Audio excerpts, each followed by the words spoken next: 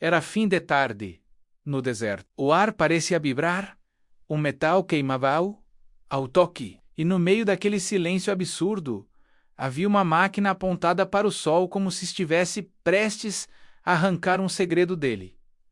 Não era um painel solar comum, não era uma fazenda cheia de placas azuis. Era uma espécie de prato gigante, brilhando no calor, girando devagar, seguindo a luz com uma precisão quase inquietante. E, o mais estranho de tudo, aquela máquina transformava sol em eletricidade, melhor do que quase qualquer tecnologia solar já testada, melhor do que a maioria dos sistemas que dominam o mercado até hoje. Então por que você nunca ouviu falar dela? E por que o mundo simplesmente seguiu em frente como se ela nunca tivesse existido? Porque quando uma tecnologia vence na física, mais perde na realidade. A história fica desconfortável. E se você gosta de entender por que certas invenções mudam o mundo, enquanto outras, mesmo parecendo brilhantes, desaparecem, sem deixar rastro, já fica por aqui. Porque o que vem agora não é só sobre energia solar. É sobre como o mundo realmente escolhe seus vencedores. O nome dessa tecnologia não soa futurista. Não tem aquele apelo de startup bilionária. Ela é conhecida como Sistema Dest-Skerling, um grande concentrador solar em forma de prato parabólico que reflete a luz para um único ponto, onde um motor térmico faz o resto. Parece simples quando você resume assim, mas não se engane. O que está escondido aí dentro é uma combinação rara de elegância, força e ironia, porque no papel essa máquina resolvia problemas que os painéis solares tradicionais ainda tentam contornar. Ela era extremamente eficiente, funcionava melhor justamente onde o calor castiga outras tecnologias, e ainda entregava energia pronta para a rede com uma lógica quase brutal de tão direta. Mas calma, o mais louco ainda nem apareceu. E isso tem consequências enormes. Painéis solares comuns são bons, baratos, escaláveis, mas têm limitações embutidas no próprio jeito de funcionar. Em condições ideais, muita gente olha para a eficiência do módulo e acha que aquilo representa o que chega à rede.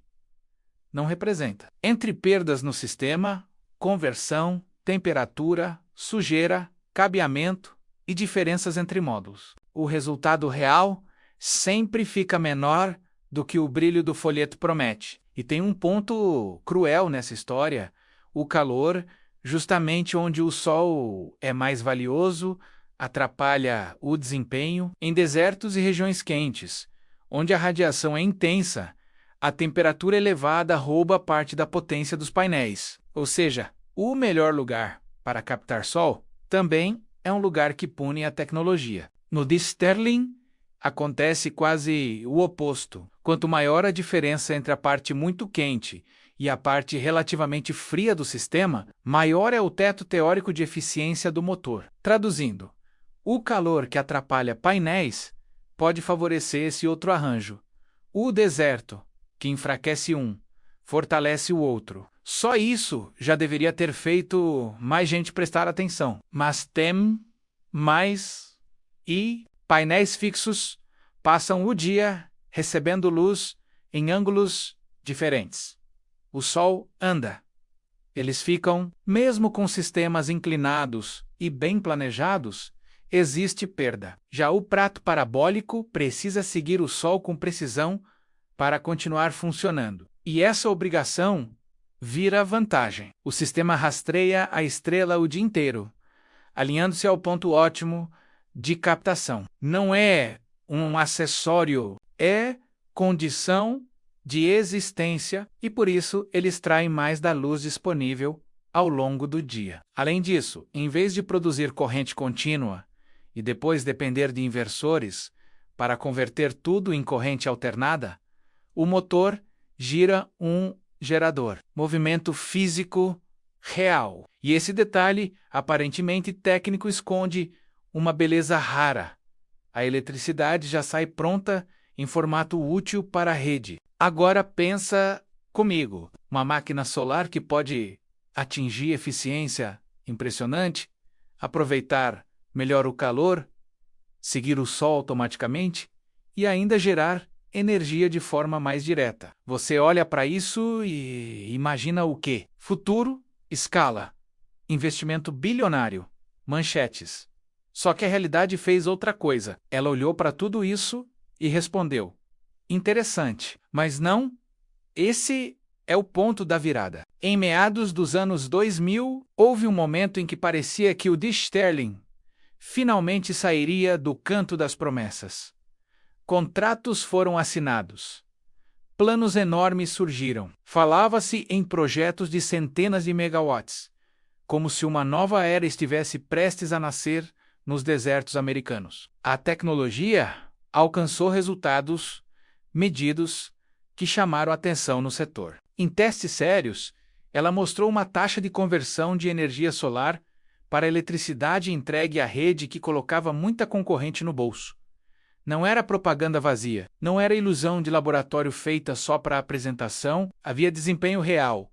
E mesmo assim, quase nada foi construído. Sabe aquele momento em que uma história deixa de ser sobre engenharia e vira uma história sobre mercado? É aqui, porque eficiência é poderosa, mas não governa sozinha. O mundo não adota a melhor ideia em termos absolutos. Ele adota a ideia que encontra o melhor equilíbrio entre desempenho, custo, manutenção, escala, financiamento, cadeia produtiva e timing. Timing, principalmente timing. E o Dish Sterling teve o azar monumental de tentar nascer direito no momento em que a energia fotovoltaica começou a despencar de preço como se o chão tivesse sumido. Enquanto empresas tentavam industrializar pratos parabólicos, motores especiais, rastreamento preciso e componentes térmicos sofisticados,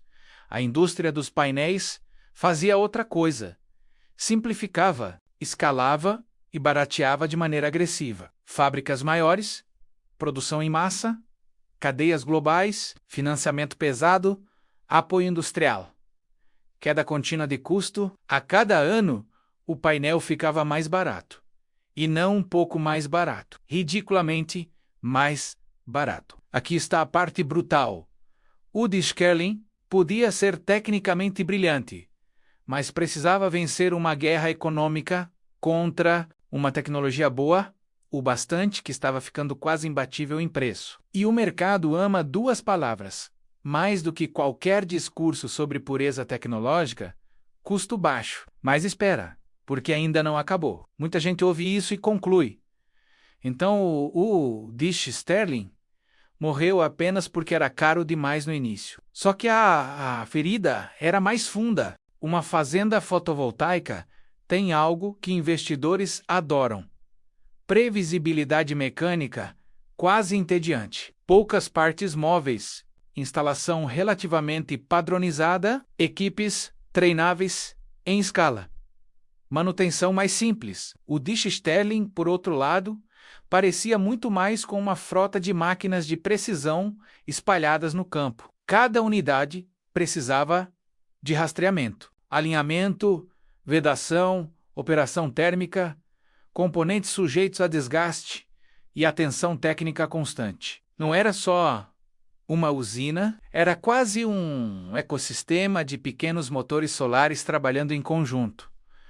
Bonito no papel, mais complicado no mundo real. E aí surgem os detalhes que matam tecnologias silenciosamente. Motores Sterling de alto desempenho costumam usar gás sob pressão. Esse gás precisa permanecer onde deve estar. Só que vedar perfeitamente um sistema desses por longos períodos, sob ciclos repetidos de aquecimento e resfriamento, não é trivial. Vazamentos pequenos viram manutenção recorrente. Componentes próximos ao foco solar lidam com temperaturas severas todos os dias. Esquentam, esfriam, expandem, contraem. E aquilo que é elegante em equação pode virar fadiga, corrosão, desgaste e custo na prática. Some a isso poeira, vento forte, abrasam no espelho, exigência de limpeza, estrutura grande exposta ao ambiente e, de repente, a promessa de eficiência começa a carregar uma mochila pesada demais. Rápido. Repara no padrão. Toda vez que uma tecnologia precisa explicar, demais porque ainda vai dar certo no futuro, enquanto a concorrente já está sendo instalada aos milhares no presente, existe um problema. NUD de sobrevivência. Os projetos comerciais mais ambiciosos ligados a esse tipo de sistema acabaram afundando. Empresas levantaram capital, anunciaram expansão, assinaram contratos e depois entraram em colapso ou mudaram de rumo. Alguns projetos foram vendidos e convertidos para fazendas fotovoltaicas convencionais. Isso é simbólico demais para ignorar. É como se o próprio mercado tivesse olhado por um caminho sofisticado e dito: obrigado, mas eu prefiro o simples. E talvez essa seja a parte mais desconfortável da história inteira, porque o de Sterling não fracassou por ser fraude, não desapareceu porque nunca funcionou, não foi enterrado porque alguém quis esconder uma tecnologia milagrosa. Essa narrativa é sedutora, mas preguiçosa. A verdade é bem menos cinematográfica. E justamente por isso, muito mais importante. Ele funcionou, sim, só não funcionou bastante dentro do jogo econômico que define o que permanece vivo. Tem outra camada aqui que quase ninguém comenta. O de Sterling fazia mais sentido em lugares muito específicos. Ele depende fortemente de radiação solar direta. Aquela luz que vem em linha reta do Sol com céu limpo e pouca interferência atmosférica. Regiões nubladas, úmidas ou com muita névoa já começam a tirar boa parte da vantagem. Painéis comuns lidam melhor com luz difusa. O de Sterling, não. Isso significa que o mapa da viabilidade dele era mais estreito. Ele brilhava em desertos, áreas secas, céus limpos, radiação intensa. Em outras palavras, a tecnologia já nascia seletiva demais. E quando uma solução depende de clima certo, logística, certa manutenção certa, cadeia de suprimento certa e financiamento paciente, ela não está concorrendo só com uma rival, ela está concorrendo com o mundo inteiro ao mesmo tempo. Mesmo assim, existe algo fascinante nesse sistema que impede essa história de terminar apenas como fracasso, porque ele revelou uma coisa incômoda para todo o setor de energia. Eficiência ainda importa, mas importa de um jeito mais cruel do que parece. Não basta ser eficiente, você precisa ser eficiente dentro de um pacote replicável, financiável e operável em massa. A física pode te dar vantagem, mas a escala é quem decide se essa vantagem vale alguma coisa. E aí vem o detalhe que deixa tudo ainda mais interessante. Talvez o melhor uso dessa arquitetura nunca tenha sido solar puro. Pesquisadores e desenvolvedores perceberam que o motor Stirling não se importa muito com a origem do calor, desde que o calor exista. Concentrar a luz durante o dia e complementar com gás ou biogás quando o sol some, transformava o sistema em algo muito mais flexível. De repente, aquela máquina deixava de ser só solar e virava uma plataforma híbrida, capaz de operar por mais tempo, com mais estabilidade e melhor aproveitamento anual. Em locais remotos, com sol abundante e acesso a combustível, isso fazia muito mais sentido.